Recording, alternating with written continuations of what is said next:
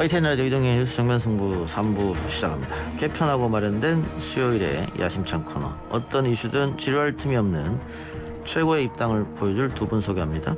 신장식 변호사, 천하람 변호사 나왔습니다. 어서 오십시오. 네, 안녕하세요. 신장식입니다. 네, 안녕하십니까. 천하람입니다. 예, 네. 신장식 변호사님은 뭐 원래 고정이었으니까. 네네. 예, 근데 이제 제목이 원의 측면 승부네요. 예. 원내 정면 승부를 해야지 그 원의 측면 승부 언제까지 해야 되는지 모르겠습니다. 두 분 원외에 계시니까. 다음에는 원내로 가기를 바라면서. 예. 천하람 변호사도 한마디 해주시기 바랍니다. 예. 저도 그 대구에서 태어나서 요즘 순천에 살고 있는데요. 제가 이거 방송을 위해서 순천에서 먼 길을 온 만큼 굉장히 재미있게 또 방송하고 가도록 하겠습니다. 예. 뭐 결국은 정치는 인지도 싸움 아니겠어요? 예. 끌어올려야죠. 그럼요. 예, 알겠습니다. 자, 오늘 첫 얘기할 주제가 문재인 대통령이 김학의 수사와 관련해서 지위가 아닌 당무다 이런 답변서를 법원에 제출했다고 하는데 이거 어떤 뜻인지 신 변호사님 설명해 주시죠. 이게 이제 김학의 사건 그 2019년 3월 18일 날 김학의 사건에 대해서 문재인 대통령께서 비호 은폐 정황 보인다. 검경 현 지도부가 조직에 명운을 걸고 책임져야 할 일이다라고 이야기를 했어요. 근데 그 이후에 언론에서 야, 이거 비호 은폐한 사람이 당시 김학의 사건이 발생했을 때 박근혜 정부 시절에 민정수석이었던 곽상도 의원을 두고 하는 얘기 아니냐라고 해서 여러 가지 이제 언론 기사들이 쭉 나왔단 말이죠. 근데 예. 이에 대해서 이제 곽상도 의원이 문재인 대통령에 대해서 손해배상 5억인가요? 손해배상 청구를 예. 한 겁니다. 민사소송. 예. 그러다 보니까 대통령으로서는 피고로 특정이 됐기 때문에 형사는 면책이 되는데 대통령이기 때문에 민사사건이니까 이게 뭔 소리냐 이 얘기는 그 대통령으로서 일반적인 당부를 얘기한 거지 수사를 하라고 지휘한 게 아니다라고 하는 답변서를 법정에 제출을 한 겁니다. 그러니까 곽상도 의원 이야기는 대통령이 나를 콕 찍어서 수사 그렇죠. 지휘해서 부당한 개입을 했다 이거네요. 예. 어떻게 보세요? 네, 제가 봐도 이게 뭐 그 대통령께서 하신 말씀만 놓고 보면 이걸 가지고 곽상도 의원을 찍어서 얘기했다라고 말하기는 어려울 것 같아요. 예. 근데 이제 곽상도 의원 입장에서 좀 당시에 크게 억울했던 것 같은 게 좀 상황을 놓고 보면 대통령께서는 뭐 그렇게 구체적으로 얘기를 하지 않으셨다 하더라도 대통령의 이런 지시가 있고 나서 그때 법무부 산하의 검찰 과거사위원회라는 데가 있었습니다. 예. 그때 이제 그 김학의 성상납 의혹과 관련해서 그 곽상도 의원이 청와대 민정수석으로 있으면서 경찰에 외압을 행사한 정황이 있다 이렇게 발표를 했고 곽 의원이 굉장히 억울했든지 이게 950건 정도 보도가 나왔다라고 하더라고요. 예. 근데 그 이후에 그 과거사위에서 수사를 좀 해봐라라고 권고를 해서 그 이후에 검찰 수사가 됐는데 곽상도 의원에 대해서 최종적으로는 무혐의 처분이 나왔습니다. 예. 그래서 곽상도 의원의 얘기는 이게 대통령이 하신 얘기 자체가 그 자체로서 표적이다라는 것보다 그 이어졌던 전체 과정 이걸 보면 나를 염두에 두고 이렇게 한 것이 아니겠느냐 그런 얘기를 하는 것 같습니다. 그럼 전체 과정을 대통령이 앉아가지고 그게 무슨 뭐 조폭들이 야 그쪽에 손 좀 봐 이렇게 추상적인 얘기 두목은 추상적인 얘기를 하고 밑에 있는 사람들은 알아서 그 뜻을 헤아려 가지고 행동에 나섰다. 사실은 거의 이런 프레임으로 지금 곽상도 의원이 대통령을 상대로 해서 민사소송을 제기한 거거든요. 근데 지금 제가 대통령이 당시에 했던 워딩을 그대로 한번 읽어드리겠습니다. 네네. 장자연 김학의 버닝성 사건 보고를 받고 나서 대통령이 뭐라 그랬냐면 검찰과 경찰이 과거에 있었던 고의적인 부실 비호 은폐 수사 의혹에 대해 주머니 속을 뒤집어 보이듯이 명명백백하게 밝혀내지 못한다면 사정기관으로서의 공정성과 공신력을 회복할 수 없을 것이다. 법무부 장관과 행정안전부 장관이 함께 책임을 지고 사건의 실체와 제기되는 여러 의혹을 낱낱이 규명해 주시기 바란다. 이거는 당연히 대통령을 할 수 있는 말이고 또 원론적인 얘기잖아요. 네, 물론 맞습니다. 천 변호사 말대로 곽상도 의원이 개인적으로 억울할 수는 있습니다만 제가 봤을 때는 이게 큰 뭐 정치적 쟁점이나 이렇게 되지 않을 것 같고. 예, 제가 봐도 이게 뭐 어떤 곽상도 의원이 모르겠습니다. 저도 뭐 직접 물어본 건 아니라서 이게 승소를 하려고 얘기를 했다라기보다 어떤 정치적인 의도를 가지고 그냥 어떤 자신의 억울했던 거를 토로하기 위한 그런 소송이 아닌가 그렇게 봐야 될 것 같습니다. 그건 정치적 의도를 가지고 민사소송을 이용해서 대통령을 법정으로 끌어내는 방식의 정치는 사실은 의도도 그렇고 방법도 그렇고 참 납득하기 어려운 아니 방식이죠. 곽상도 의원은 하여튼 본인이 억울해서 그런지 그 대통령의 가족들 문제를 끈질기게 지금 제기하고 있잖아요. 그렇죠. 곽상도 의원이 얘기하는 게 그랬기 때문에 자신에 대해서 어떻게 보면 청와대에서 굉장히 불이익을 주려고 했던 거 아니냐 이런 얘기하는 것 같은데, 예. 네, 뭐 그런 것 같습니다. 이건 결국은 일종의 해프닝으로 끝날 것 같고 이 문제에 대해서. 네. 자, 오늘 본격적으로 이야기해볼 얘기는 이제 이성윤 서울중앙지검장 이야기인데요. 어쨌든 검찰이 기소를 했죠. 불구속 기소. 네, 했습니다. 불구속 기소를 했고 이성윤 지검장은 영가를 냈다고 하던데 수사 심의를 본인이 신청했으니까 이게 자충수가 됐다 뭐 이런 얘기도 들리는데 일단은 뭐 정치권 여당에서도 그런 이야기가 좀 있고 보수 언론과 야당에서는 피의자가 됐으니까 자리에서 물러나야 한다 이런 주장이 계속되고 있어요. 전하람 변호사 이야기부터 들어봅시다. 어떻게 생각하십니까? 네, 저는 사실 이거는 물러나야 된다라고 보고요. 예. 그 사실 서초동에서도 이게 설마 안 물러나겠나 이런 분위기가 있다가 이번에 지금 그 이성윤 지검장이 재판에서 진실을 밝히겠다라고 하면서 자진 사퇴를 안 하겠다라는 어떤 태도를 보였습니다. 예. 그럼 보면서 역시 뭔가 대단한 양반이다, 멘탈이 강하신 분인 것 같다라는 얘기들 많이 하는 것 같고요. 물론 그런 얘기들 하시는 분들 계세요. 그러니까 우리가 무죄 추정의 원칙이 있고 예를 들면 국회의원이나 뭐 지자체장이나 이런 분들도 기소가 되더라도 현직을 유지하면서 재판을 받죠. 예. 근데 우리가 검찰 같은 경우는 기존에도 훨씬 더 엄격한 그런 기준이 있었던 게 내가 그 재판을 받고 형사 기소가 된 사람이 남을 수사한다. 이게 사실 좀 웃긴 일이거든요. 예. 그러다 보니까 옛날에 우리 그 이영렬 전 서울중앙지검장 같은 경우에 그 돈봉투 사건 예. 이런 거 가지고 문제가 되자마자 바로 직무에서 배제되고 뭐 면직 처분도 곧 잇따르고 이랬었거든요. 예.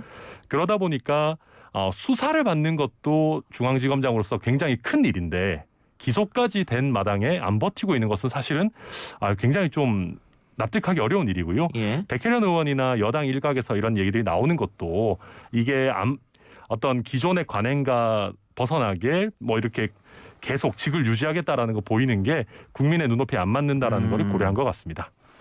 네, 그 사실은 이 징계나 감찰에 검찰총장이 이렇게 징계나 감찰 대상이 됐음에도 불구하고 자리를 지켰던 사례는 있죠. 이제 윤석열 총장이 그 사례를 만들었던 분이고요.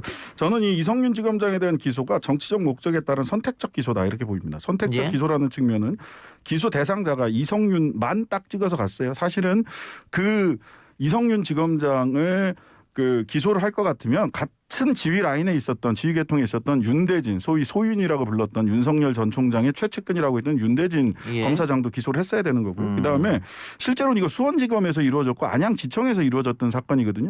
수사도 다 수원지검에서 했어요. 굳이 중앙지검에 뭐 명분은 이규영 검사 사건과 병합을 해야 된다라고 얘기를 하지만 굳이 중앙지검에 딱 기소를 했단 말이에요. 왜 그랬을까?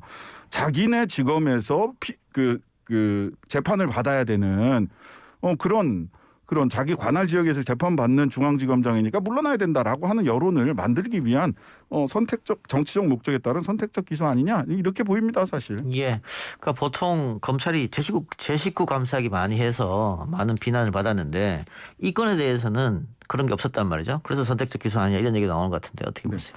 저는 이 건에 대해서라도 제 식구 감싸기 안 한 것도 굉장히 큰 의미 있다라고 보고요. 예. 그 이규원 검사 같은 경우에도 뭐 당연히 있고 이 건과 관련해서 아마 지금 이성윤 지검장 같은 경우는 실질적인 행위를 했다라는 점에서 좀 다른 분들과 차이가 있지 않은가 싶어요. 저도 뭐 사건 내용을 다 본 것은 아니지만 단순히 결재 라인에 있었던 것이 아니라 본인이 직접 당시 수사를 담당하던 검사에게 이규원 검사 사건에 대해서 수사를 하지 마라라는 외압을 본인이 직접 했기 때문에 다른 어떤 결재 라인에 있는 분들과는 좀 다른 것 같고요. 결재 라인에 있는 사람들 전부 다 기소해버리면 가뜩이나 직권남용 무죄 잘 나오는데 그거는 사실은 기소가 성립하기가 좀 어렵지 않을까. 그런 면에서 이게 선택적 기소라고 하시는 거는 조금 제 생각에는 좀 안 맞는 게 아닌가라는 생각이 듭니다. 알겠습니다. 자, 그럼 원론적으로 그러면 김학의가 출국하는 걸 그냥 뒀어야 되느냐 뭐 그런 얘기도 있잖아요. 저는 사실 그렇게 생각해요. 이게 목적이 수단을 정당화한다라는 거는 사실은 쌍팔년도식 생각이거든요. 예. 이게 옛날에 독재 정권이거나 이러면 몰라도 지금은 우리가 아무리 목적이 좋고 정의에 부합하더라도 거기에 따라서 가는 절차도 잘 지켜야 된다. 왜냐하면 그래야지 우리가 국민의 기본권이 법에 따라서 보호가 되는 거니까. 물론 많은 분들이 왜 절차적 정의가 이 사건에서만 발휘가 그렇게 돼야 네. 되냐라는 지적이 있는 것도 충분히 공감하고 기존의 검찰 조직에서 절차를 어겼던 거 이런 것도 물론 있습니다만은 예. 그렇다고 해서 그러면 목적을 위해서 이 사건에서 절차를 위반해도 되겠느냐? 저는 그렇지는 않다고 봅니다. 여기 얘기해야 될 거는 실제로 절차 위반이 있었느냐 하는 부분이에요. 여기 절차 위반의 핵심이 뭐냐면 사건 번호나 내사 번호가 옛날 걸 갖다 썼다라든지 사건 번호가 정식으로 부여돼 있지 않은데도 불구하고 긴급 출금을 했다.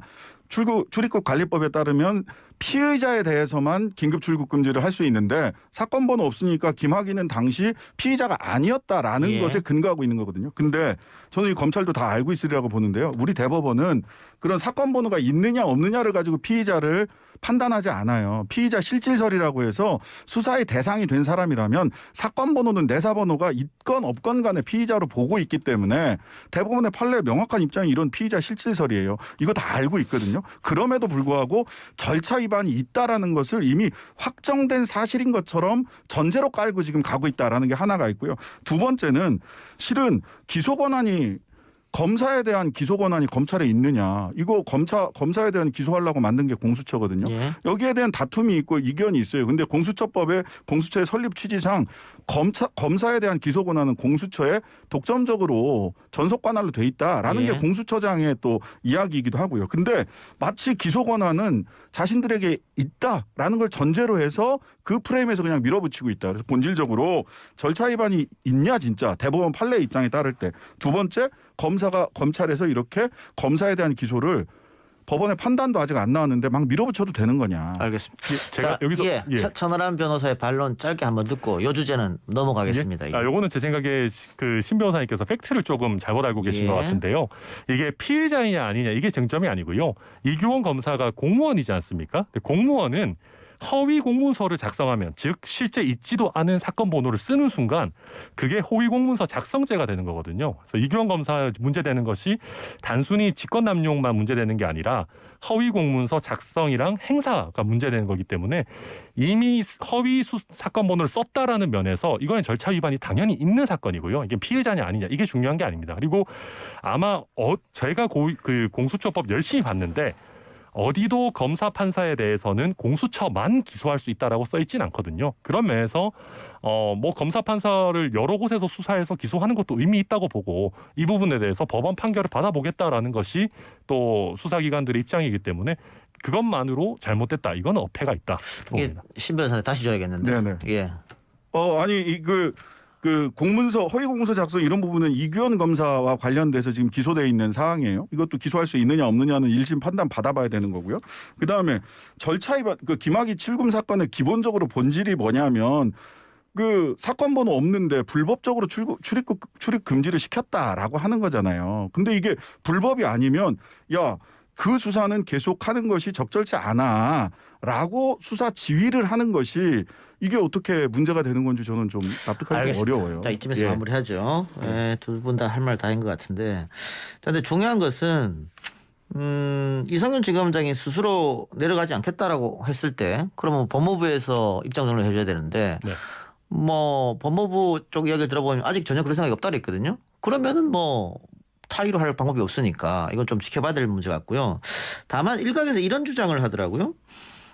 이성윤 중앙지검장이 그 자리를 지키게 되면 윤석열 전 총장의 거취 문제가 역시 문제가 될 수 있다. 왜냐하면 뭐 아내 사건이라든가 윤석열 전 총장의 장모 사건이라든가 또 윤석열 전 총장의 최측근이라 불리는 한동훈 검사의 폰도 아직 중앙지검에 있단 말이죠.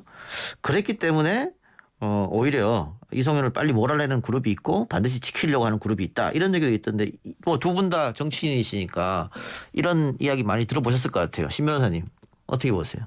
뭐 전 그런 세간의 판단이 굉장히 여러 가지를 고려해서 우리 국민들이 그렇게 생각하고 있는 것 같고 저도 뭐 그 부분에 대해서는 동의를 합니다. 천 변호사님. 저는 서울중앙지검장 이성윤 지검장이 과연 그 서울중앙지검에 대한 그립을 그러니까 그 어떻게 보면 통제권을 유지하고 있느냐 이 부분에 대해서 좀 의문이 있고요. 예. 현재 상황에서도 저는 오히려 이성윤 지검장이 나가고 나서 윤석열 전 총장의 가족이 됐든 여러 측근이 됐든 수사가 더 철저하게 이루어질 수도 있다. 더 철저하게 이루어져야 된다라고 봅니다. 예, 저는 그 바람이 천 변호사님의 그 바람이 꼭 이루어졌으면 좋겠습니다. 네. 누가 지검장이든. 맞습니다. 알겠습니다. 자, 네, 다음 주제로 넘어가 보죠. 여당의 언론개혁 입법 중 하나라고 볼 수 있겠는데 민주당 김남국 의원이 포털 뉴스 알고리즘 공개법을 발의했습니다. 일단 내용부터 설명해 주시죠. 천 변호사님. 네, 제가 설명드리겠습니다. 핵심적인 내용은 그 각 포털이 기사 배열을 어떻게 하는지 그 알고리즘을 공개를 하도록 하고요. 문화체육관광부 소속으로 뉴스 포털 이용자위원회라는 거를 설치해가지고 이 알고리즘을 공개 받을 수 있도록 하고 이걸 또 검증할 수 있도록 하겠다. 예. 이런 게 핵심 내용입니다. 예. 그러니까 포털은 지금 AI가 자동으로 뉴스 판정을 한다 이렇게 이야기하고 있는데 뭐 MBC 보도도 그렇고 또 의혹을 제기하는 측에서는 그럼에도 불구하고 80% 90%가 보수 언론의 기사만 올라가는데 이건 그러면 알고리즘이 조작된 거 아니냐 공개해라 뭐 이것 때문에 나온 것 같아요. 그렇죠? 예. 자 그런데 안철수 대표가 이런 법안을 발의하자 드루킹 같은 여론 조작으로도 모자라서 언론까지 통제하려고 한다. 전두환의 보도 지침이 떠오른다. 맹비난을 했죠. 이 비판 내용 어떻게 보셨어요? 전두환 시절에 보도 지침을 직접 안 보신 분이구나라는 예. 생각이 들어요. 저는 고등학교 다닐 때 그 보도 지침 처음 보도했던 게 월간 말이라는 말지. 그때는 이제 비밀리에 지금 출판되고 있었던 공개 출판이 아니라 했던 월간 말지에서 봤는데 그 보도 지침은 사실은 소위 야마라고 얘기하는 기사 제목 그다음에 몇몇 하단에 기사 몇 줄까지 그 분량까지 딱 지정을 해서 나오는 거거든요. 예. 이런 보도 지침과 지금 오히려 편향적인 기사가 포털에 노출되는 것 같은 그 포털에 노출되는 뉴스가 좀 편향적인 것 같으니까 이거를 어떤 알고리즘으로 노출이 되고 있는지를 국민들이 알 수 있게 해달라고 하는 것을 비교하는 건 이건 앞뒤가 안 맞죠. 예. 뭐 근데 비유법이잖아요. 아니 비유법이라고 하더라도 어떻게 제대로 보도하고 있는가를 국민들이 알게 해달라고 하는 것과 정부에서 몇 단 기사 제목부터 분량까지를 정해주던 전두환 시절의 보도 지침을 비교하는 건 보도 지침을 모르는구나 이분이 저는 이런 판단밖에 안 근데 들더라고요. 뭐 모든 걸 법으로 재단한다는 것도 문제가 있는데 특히 이 부분은 뭐 사기업 부분이니까 그럴 수도 있겠습니다만은 근데 포털이 뉴스를 다루다 보니까 중요성이 다른 것보다 더 커지겠죠. 그래서 이런 법을 발의한 것 같은데 일단 천 변호사 볼 때는 어때요? 사람 대신 AI가 편집하고 있다고 하는데 이게 좀 공정성에 문제가 있다고 보십니까? 저는 일단 공정성을 차치하고 AI가 하는 것 자체에 좀 저는 굉장히 안 좋다라고 봅니다. 예. 왜냐하면 계속 제가 관심 있어 하는 것만 많이 추천해 줍니다. 그러니까 제 네이버 뉴스를 보다 보면 거의 뭐 저희 당 소식 같은 것들 많이 나오고 예. 약간 확증 편향을 갖게 하는 게 있어요. 예. 네. 물론 그걸 막기 위해서 네이버 같은 경우도 자기가 원하는 언론사를 선택할 수 있도록 하고 뭐 나름대로 조치들은 하고 있지만 가면 갈수록 뭐랄까 유튜브도 마찬가지고 AI가 추천해 준다라는 핑계로 뭔가 그 사람에게 확증 편향을 너무 심어주고 있다라는 생각이 들고요. 저는 오히려 사람들이 좀 많이 했었으면 좋겠어요. 오히려 네, 무슨 예. 얘기냐면 좀 괜찮은 분들 계시잖아요. 뭐 최장집 교수님이 됐든 아니면 유시민 작가가 됐든 그런 분들이 추천하는 기사. 그러니까 너무 막 자극적이거나 이런 게 아니라 좀 읽을 만한 기사를 사람이 선정해 주는 그런 부분들도 편향되지 않게 진보 보수 가리지 않고 여러분들이 좀 추천해 주는 그런 뉴스 큐레이터 같은 것들이 오히려 생기는 게 더 낫지 않나. 그런 생각도 많이 해봅니다. 그 우리가 양대 포털이라고 불리죠. 네이버 다음. 근데 네이버는 뭐 보수 쪽 이야기가 많이 있고 다음은 진보 쪽 이야기가 많이 있다. 댓글도 뭐 네. 그런 얘기까지 나오고 있는 실정이니까요. 신장식 변호사는 어떻게 보셨습니까? 저는 이게 뭐 사실 이렇게 미디어 오늘이나 또는 MBC 이런 데서 이제 분석한 기사들을 보면 분명히 편향이 눈에 보여요. 그러니까 뭐 네이버 같은 경우는 중앙일보, 조선일보 중심으로 언론이 기사가 노출되는 것들이 보이는데 그러면 저는 이제 네이버나 다음을 이렇게 쭉 보다 보면 이게 광고판 아닌가? 이게 그 검색 사이트가 맞나? 예. 포털 사이트가 맞나? 이런 질문을 던질 수밖에 없거든요. 예. 그래서 뭔가를 검색을 해도 사실은 뭐 파워링크 무슨 링크 또 네이버는 얼마 전에도 자기네 쇼핑몰 중심으로 검색이 되도록 했다가 그 법적 제재를 받기도 했는데 저는 차라리 구글처럼 검색을 하면 그 언론사 홈페이지로 들어갈 수 있도록 하는 방식 예, 이런 방식을 고려하는 게 좋지 않겠나 하는 생각이 들어요. 사실 너무 많은 기사가 올라오기 때문에 사람이 이걸 일일이 노출 빈도나 이런 걸 정한다는 건 거의 불가능에 가까워 보이거든요. 그러니까 지금 뭐 특히 다른 나라에 비해서 우리나라가 포털로 뉴스를 소비하는 비중이 압도적이거든요. 네. 압도적인데 이게 수동으로밖에 이제 독자들이 뉴스를 접할 수밖에 없잖아요. 그러니까 포털에서 띄워주는 걸 봐야 되는데 네. 이게 베스트셀러 효과라고 또 상위권 올라가는 기사는 또 자동으로 클릭할 수밖에 없고 그러다 보니까 이게 언론사에서 소위 말하는 제목 낚시질을 하죠. 네, 제목 장사. 섹시한 제목, 또 낚을 수 있는 제목. 내용 들어가면 아무것도 없는데. 그래서 이게 지금 많은 논란이 되고 있기 때문에 심장식 변호사 이야기처럼 구글처럼 그렇게 정말 검색 엔진만 활용하도록 할 수 있도록 뉴스는 좀 빼자 이런 얘기가 있었던 것 같아요. 천하람 변호사는 어떻게 생각하세요? 근데 사실 이게 팩트를 약간 봐야 되는 것이요. 구글도 사람들이 많이 안 써서 그렇지 구글의 뉴스 탭으로 들어가면 비슷한 서비스를 제공을 하기는 합니다. 예. 그리고 저는 사실 네이버나 다음이 부작용도 많지만 꽤 순기능도 있다라고 보거든요. 예. 아무래도 사람들이 이제 네이버나 다음에 들어가면서 주요 뉴스들 제목이라도 한 번씩 보게 되지 않습니까? 예. 그러다 보니까 좀 그래도 시사라든지 뭐 나라가 어떻게 돌아가는지에 대한 뭐 어느 정도 관심도 가지게 되는 것들도 있고 또 많은 분들이 비슷한 기사를 동시에 보기 때문에 여론 조성이 사실은 물론 그게 너무 과도하면 문제긴 하지만 예. 많은 정보가 동시에 잘 공유되는 그런 측면도 분명히 있거든요. 그런 면에서 이게 쉽게 얘기해서 요즘 2030 제 동생만 해도 김종인 비대위원장이 누군지도 잘 모르더라고요. 그러니까 그런 정도로 시사나 정치나 어떻게 보면 돌아가는 거에 관심이 없는 분들도 예. 많은데 뭐 나름대로 그런 순기능도 있지 않나라는 생각을 해봅니다. 알겠습니다. 자, 오늘 토론은 이 정도로 마무리하죠. 아유, 예. 벌써 끝났나요? 예. 천하람 변호사 첫 시간이었는데 어땠습니까?